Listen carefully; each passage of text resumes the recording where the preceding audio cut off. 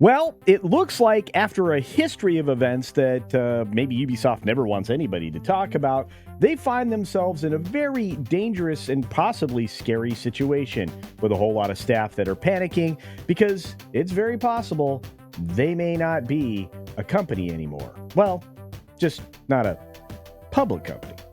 Let's talk about it on That Game Plays. Hi, friends, it's me, CC, here with the one and only Mornings of Mischief, Loki. How you doing, buddy?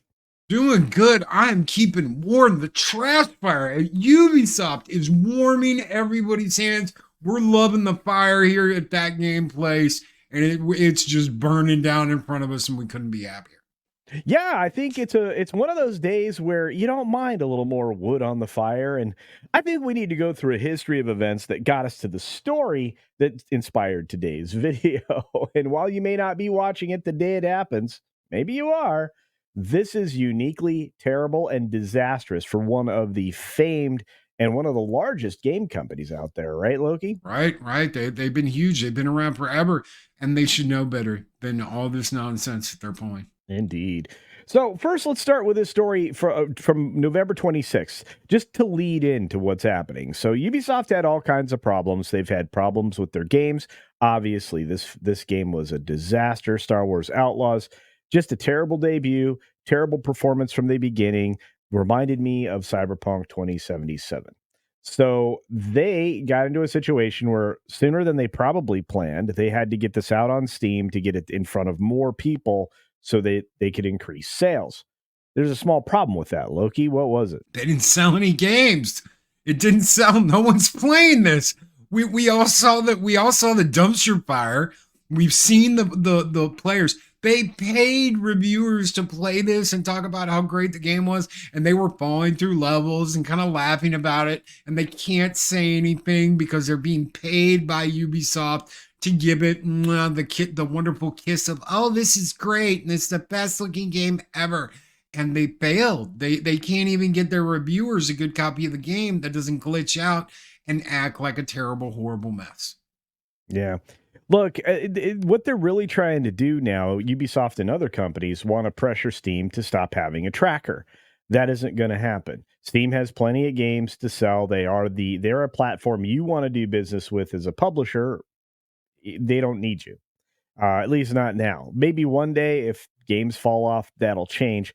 But essentially, Ubisoft specifically didn't want people to know just how badly this game was performing. And because of that transparency, well, we get numbers like this on the day that this story launched, where the truth is told through the lack of interest.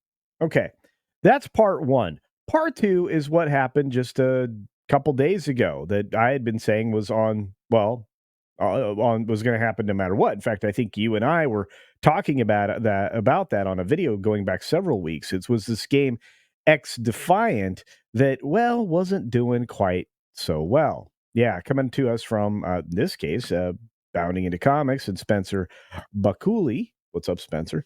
He says Ubisoft officially shut down X-Defiant after barely 6 months.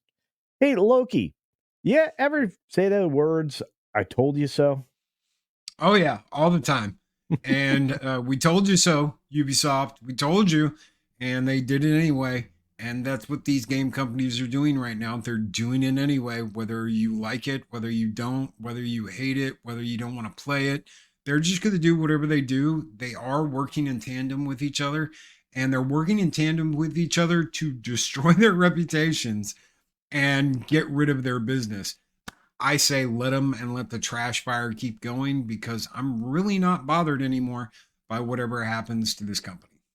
Yeah, actually, and this is part of the forcing behaviors thing that Larry Fink over at what is that BlackRock was talking about, trying to force people to accept this. Now, this is going to cost the studio a ton of money. The founders pack is dead. They're not even giving you the last season. And this was supposed to be, the free to play FPS X Defiant. It was supposed to be great. It was about ready to offer some Assassin's Creed characters, from what I'm to understand. So there was maybe a future for it, but I don't think there's one that anybody was interested in. And if you look at this game compared to what we've recently found out about the new Marvel game, which we'll talk about another time. That's coming out of another Chinese studio. But this is basically a game that's dead. May 21st it launched. We're at December 3rd, it's dead. And that's it. There's nothing else. There's no more future for this game. People are going to get a refund on the packs they purchased, and people that just recently bought in to those things, no matter what they are, will get a refund for all of that. And they have to do that because they don't want to cause a lawsuit around how digital goods are purchased and sold, because that will defeat because they'll lose, and that'll defeat the purpose of the digital landscape they've created with the live service games, right, Loki? Right. We tried to warn. We tried to warn Ubisoft and tell them we do not want these Assassin's Creed games where you always have to be online, even though it's a single player campaign. We don't want them linked. We don't want to have to log in. We don't want to have to authenticate, do all this stuff. Why? Because if anything ever happens, that's it. Your game's gone. Okay. Anybody that's like, oh no, it'll be around forever. We found out with The Crew. We found out with these other games that are required, even though they have a huge single player element, you're required to be online to play them. Once the servers are down, that's it. Your game's over. You can never play it again. You might have a disc, but guess what? It's worthless. It doesn't do anything. We tried to explain this and we tried to tell them this. Ubisoft kept pushing and pushing and pushing for that always online aspect of their games. And as soon as they're done like this, and yes, this is more of a multiplayer game. As soon as that's done, it's over. It's gone. They're not going to be around anymore. You're not going to be able to play them anymore. There will never be we can just create our own servers like we could back in the day. We could just make our own servers and play online. It doesn't work that way anymore. You can't do that. You've got to have that online component. And since this is what Ubisoft has tried to do, they have dug themselves in an even deeper financial pit, and they are feeling it. Yeah, I think one of the games I think that was most disastrous for them this year was the Skull and Bones game, but that's an entirely other video that we did, and I'll try to remember to mark that right up there. But look, Loki, what I find most interesting is obviously the post I put up on here on the screen, which is Grumps, who kind of alerted everybody to this story early this morning, or at least in terms of when we filmed this on December 6th. So Grumps said Ubisoft in deep, deep financial trouble. That's not something new to us. We've been reporting on it for a while.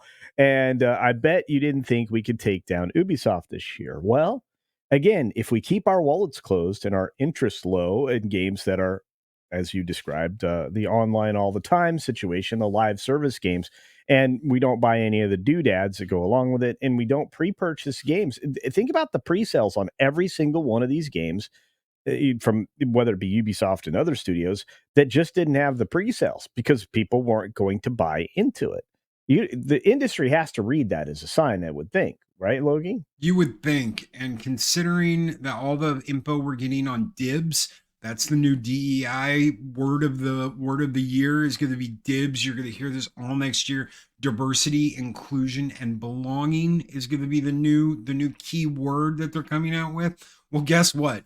Because you included dibs and you included DI and you included all this, there's going to be companies that are calling dibs on your IP. Someone's going to buy Assassin's Creed. And guess what they're not going to do? They're not going to put a team of half the team as noobs involved with a game like that. They're going to put in seasoned veterans. They're going to make the game the way they're supposed to make it.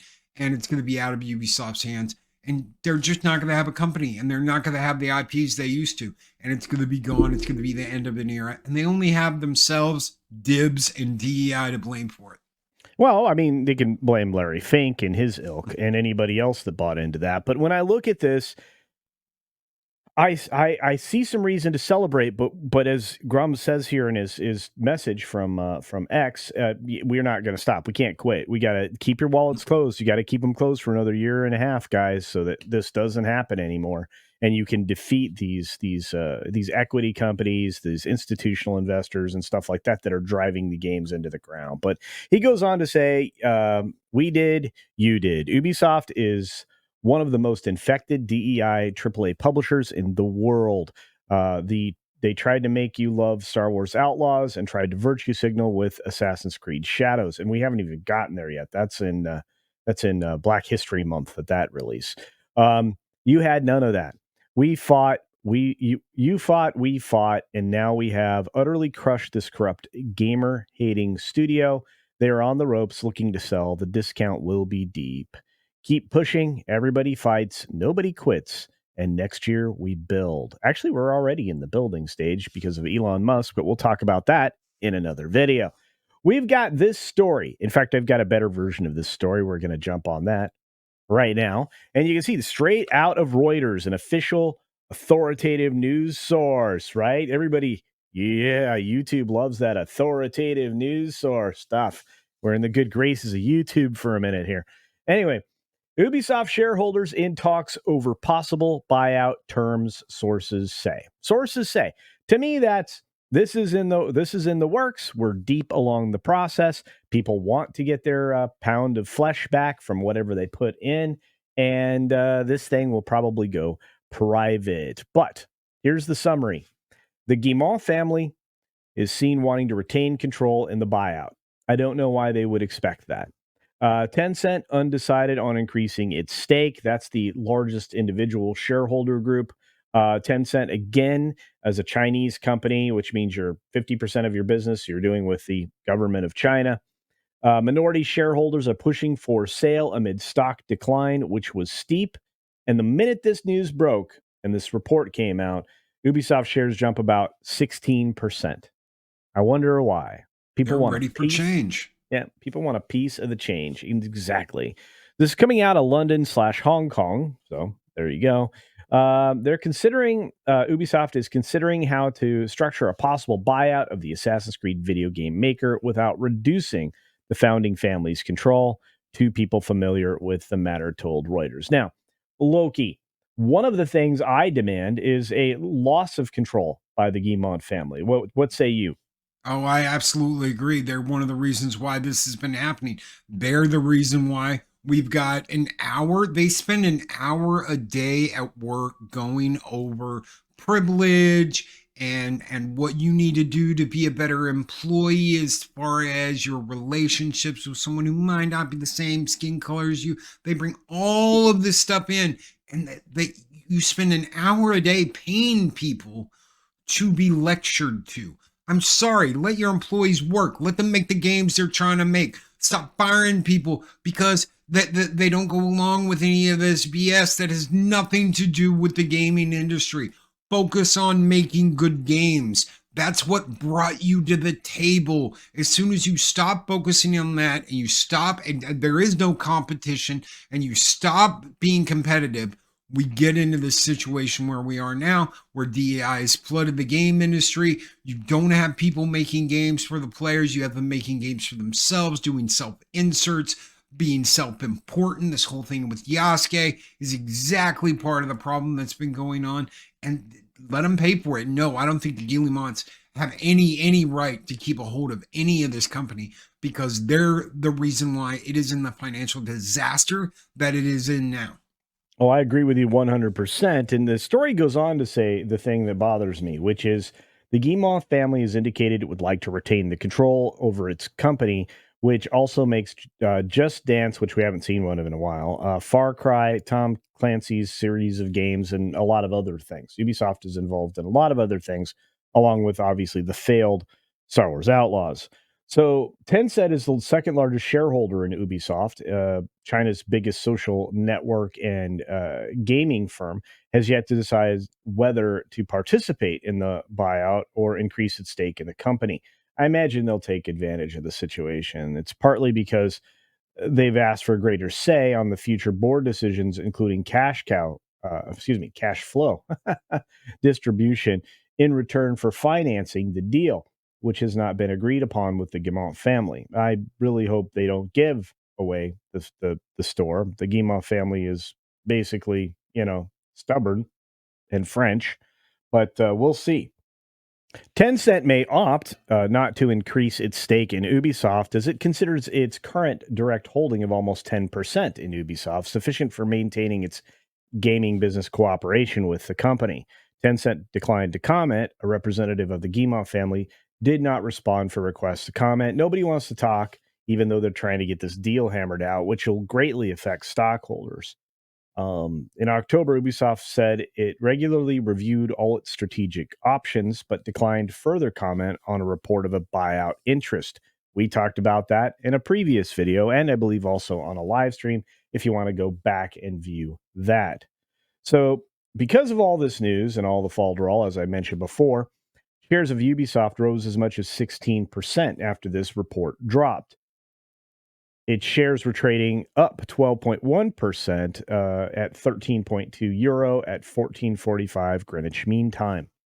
The buyout talks come as some minority shareholders, including AJ Investments, the vocal ones who brought all this interesting commentary to the table, including the minority rule, which we don't have in the States, only in France, have been pushing for either a take private or sale of Ubisoft to a strategic investor amid the stock price plunge that kind of hurt their bottom line.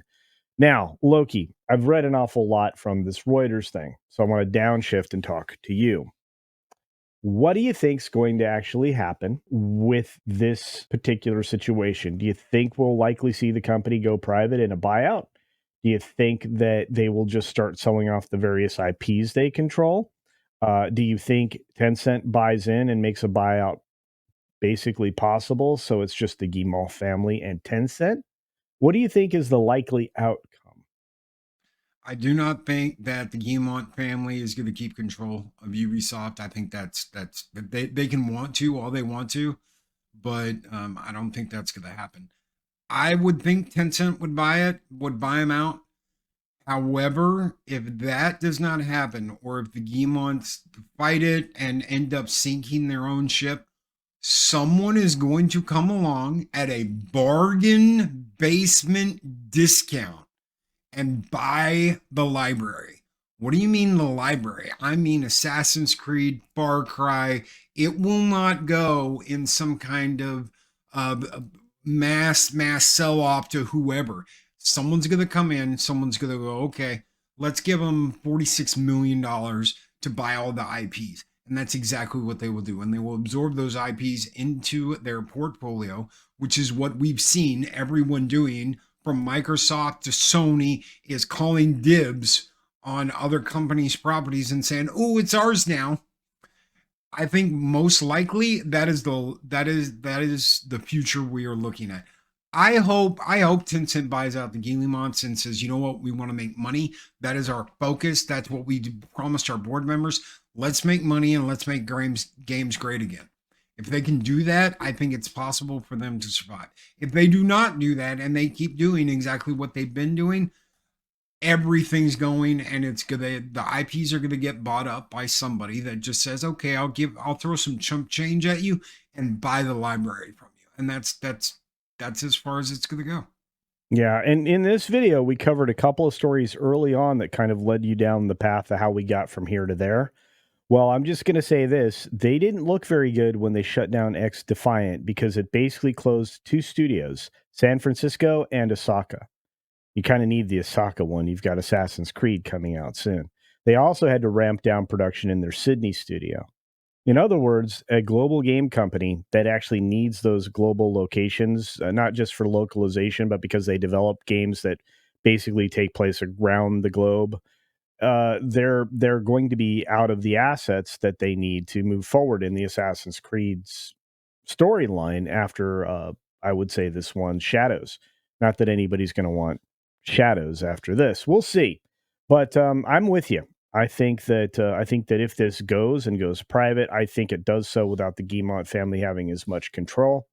They may have a significant share. Right now, they control about 15% of the firm with about 20.5% of the voting interest, whereas Tencent only has about 9.2% of the voting interest, at least at the point of the last earnings that were reported. So there you are. On that note, what do you think? What do you think will happen? Do you think that this studio will be intact with the Guillemot family in charge and maybe go private with a little bit of help from their Chinese friends?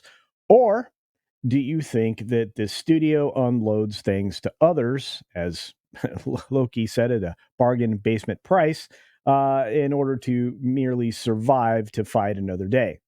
Your guess is as good as ours. Let us know in the comments section down below, and be on the lookout for some other great videos from That Game Place. And like we always say, get your game on!